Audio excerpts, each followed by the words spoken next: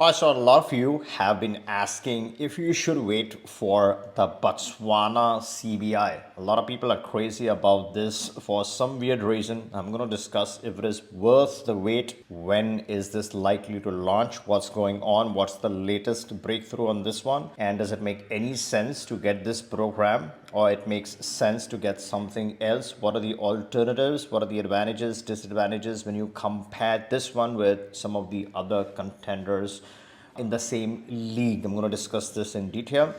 First of all, the news last year was Botswana should be live anytime in the first quarter of 2026. Ideally, in January, this program should have gone live, and there was a major change that happened in the end of 2025, towards the end in December. They made some amendments to their laws where they allowed a dual citizenship, and the first thing that happened immediately after that is that a lot of people who weren't or who were deprived of dual citizenship, they started registering for dual citizenship. Not the CBI, because there is no CBI yet, but the other ones who had the Botswana citizenship, who held some other citizenship, so they quickly went ahead and took advantage of that provision. Until now, there has been no movement. There's obviously one vendor that the government has selected as the prime master vendor. And typically, what happens is these vendors put in a lot of money in marketing and promotion of these programs. So typically, they have an agreement, they have a contract with the government with set terms and conditions. The government has to follow certain protocol on a certain time frame in order for that contract to remain intact. If there's a breach or violation, what typically happens is that these vendors will then file a lawsuit or try to negotiate with the government a way out of the contract. Typically, governments would pay them some money and then negotiate and exit from that contract. Now, there's no news yet of that happening, but that typically happens when the government disappoints vendor agencies, and vendor agencies can't hold on to this for too long because there are thousands of people who have expressed interest in this program. There's no news yet. That is what every single person was waiting for, keenly eyeing the first quarter of 2026, because everyone believed that this program is going to go live. This has not gone live. Does this offer something truly exceptional? The short answer is no, this does not offer anything truly exceptional. If you look at the list of visa-free countries on this passport, you typically have places like Brazil. Nowadays, I don't believe people are crazy about Brazil or going there, so that does not add too much. There's Dominican Republic, Ecuador, but these are available on some of the poor passports also. The only one decent option here is a 1 year access to Georgia. Again, just like Brazil, Georgia is not the hottest thing right now. The hottest thing right now is Albania. Now, this passport does not have access to Albania.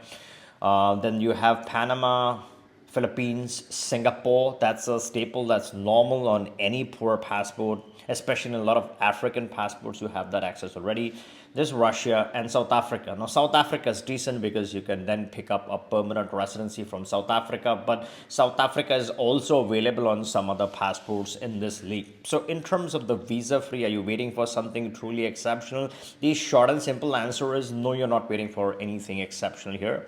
So, what are the competitors in this league? What are you comparing this citizenship with? The three competitors or three other CBIs that are worth taking a look at when you're comparing this one is the STP, São Tomé and Principe. Before you pull the trigger on São Tomé, a lot of people were waiting that Botswana releases. They look at the price point, 75K or 95K, compared to an STP price tag of 97K. How do they stack up? Which one is better? Maybe because of $25,000 less or $20,000 less, maybe Botswana makes sense. It's a safer country than STP, or I wouldn't say it's a safer, they both are equally safe in that regard. But STP is a smaller country with a lot less happening. Botswana is obviously you can enter the country, do a couple of things, but all in all, I think if I had to compare, I would not. Most people, let's say, let's put it this way: most people are never going to travel to either country. So, is there any comparison there? Hardly anything to pick and choose. But STP is what you are directly comparing this with. STP is a CPLP country. Botswana is not a CPLP country. If you compare the visa free, what does this really offer? This offers maybe an access to Brazil and Georgia, which are more valuable than what you get on the STP. However, there's a good chance once the CBI program materializes that changes pretty quickly to either a visa required or to an e-visa. At that point, it kind of becomes the same. You got to honestly ask yourself a question. Do you really need a visa free to Brazil? Are you going to go there? Are you really going to move to Georgia? Can you not move to Georgia right now? Why do you need to wait for a Botswana passport? So all in all, I think both programs are similar. STP is available right now. So does what makes more sense? I would say any day, São Tomé and Principe makes more sense. We don't know if Botswana is going to release or not release. If the more Botswana delays the release, there are higher chances of that contract being terminated and that program might never see the light of day. That risk always exists. I mean, it could release. I'm not saying it's not going to release, but I'm just saying it's so uncertain at this point in time. It absolutely does not make sense to wait because you maybe not get that, but you would lose what you have currently. The prices for what you have currently might go up. Now, is STP a smart choice? Should you get São Tomé and Principe right away? What does São Tomé and Principe offer? Some limited visa free.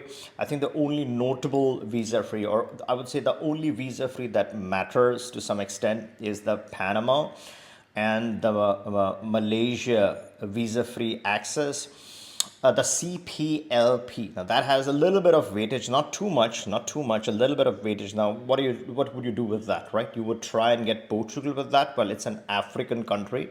Portugal knows it. Now, when it comes to the migration, there's a lot of migration that already happens from Africa to Portugal. So, of course, the authorities are not opening their gates and welcoming you right in. Of course, they're going to check that this is an African passport. Is that an advantage or a disadvantage? In my opinion, and none of this is immigration advice, but I personally feel that's not an advantage. That potentially could be a disadvantage if a lot of people are moving from a particular African country and migrating to Portugal. If there's a lot of asylum applications, then you getting an STP is not going to help you. It might hurt you instead. The second fact over here is that going to make life easy for the golden visa? The short answer, the unfortunate reality is no. The Portuguese speaking connection is not going to be viewed as positively because Portugal, like any other EU country, is heavily cracking down, heavily scrutinizing any STP or any such CBI passports. So if you're thinking this is going to create some advantage for Portugal, no. I think in fact in the practical reality is that, and think about this, be smart about this stuff. You've been watching this content for a while, you can read through the lines. STP is not going to be favorably looked at by Portugal if you have purchased this passport. Your ethnicity might be different. Obviously the passport is an African passport. They would anyways otherwise look at that closely. And on top of that, you have paid for this, you have purchased this. So what are the chances? You have 100 times better chances applying for the golden visa with your home country nationality instead of using an STP. What is a better choice? Should you get STP? I feel what you're comparing STP right now with is directly with Vanuatu and Nauru. I personally would stay away from Nauru because just the way their forms are designed, the due diligence is great and they've not done anything wrong. But from an investor's perspective, no matter how much Nauru discounts their program, they've provided a heavy one-time discount on a Nauru passport. But for people who are looking for privacy and a discrete plan B, a safe plan B, of course, they're going to watch what they're asking for. And I feel Nauru has blown it with too much information that they are requesting on that form. And for that reason, I think Nauru would create a disadvantage for most people. And again, this is my personal opinion. The third one on this list that you're comparing this with is Vanuatu. Now, if you can spare slightly more money, so São Tomé and Principe is what? 97 and a half, 98K USD of expense. Vanuatu is what? 115. I mean, of course, you're looking at 165 at the beginning, but then you're going to get a rebate of 50K back. And then after you get the rebate, you're looking at 115 for this passport. You are including 4 people on either passport. But Vanuatu is far better than STP. It's for a change. Vanuatu is not in that region. It's obviously in the Pacific. You have Australia and New Zealand right next to Vanuatu. It's an English speaking country. It's a zero tax country. So you have a lot of advantages that are pretty obvious with Vanuatu. Also, on the visa free access is doing far better. Recently, of course, it lost the EU access, but that is okay. We all expected the EU access to go. With the ETA, anyways, you were going to lose that. So I think pairing Vanuatu with an EU option is far better, in my opinion, than trying to pair an STP with a Portugal option. So, in my opinion, out of those three, I would clearly say Vanuatu is a clear winner and followed by STP. I'll put now at the very end because of the privacy concerns that I see with this passport. Now, what are some low-hanging fruits in terms of residencies that you absolutely must look at? So passport is one thing, but you want to pair this with a high-quality low-hanging fruit or residency.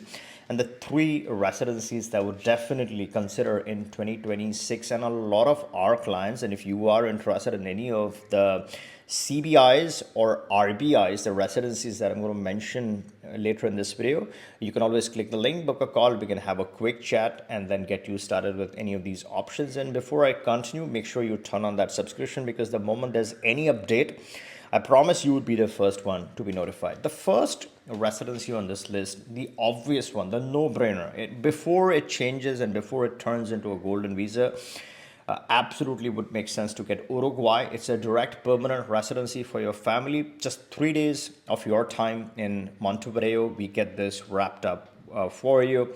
We have a team established in Uruguay that handles this from start to finish, directly works with immigration. And the qualifying criteria is $1,200 of monthly income from any source. So it doesn't have to be passive, it could be active income. The second one, no-brainer, you do this as a package, and my head of legal talked about how this can be combined. You use the same set of documents. You first do Uruguay, then knock off Paraguay, collect a residency from Paraguay. It just takes 2 days in Asuncion. We wrap that up for you.